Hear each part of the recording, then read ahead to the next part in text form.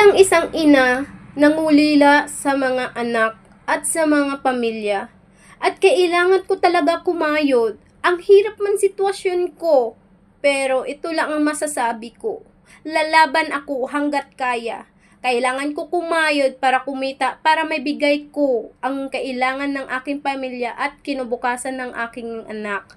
Dami man ako nararamdaman ngayon, pero hindi ako susuko. Kaya nga, ang hirap bilang OFW. Ako pala si Adang, trabahador dito sa Hong Kong. Taga-kuskus, inuduro, hatid sundo ng aking alaga. All around ako at simple bahay at simple lang ang life ko dito sa Hong Kong. And thank you Lord, mabait yung aking amo.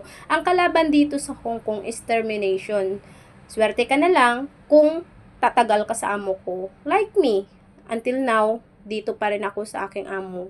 At yun na nga, meron akong sakit, kailangan kumayod, kailangan bumangon, kailangan mong gamutin sarili mo. Walang ibang tutulong kundi sarili mo. Yun lang ang puhunan mo. Kaya ang kailangan, mag-ipon tayo at ingatan ang sarili para meron tayong lakas at laban sa buhay. Laban lang, stay safe.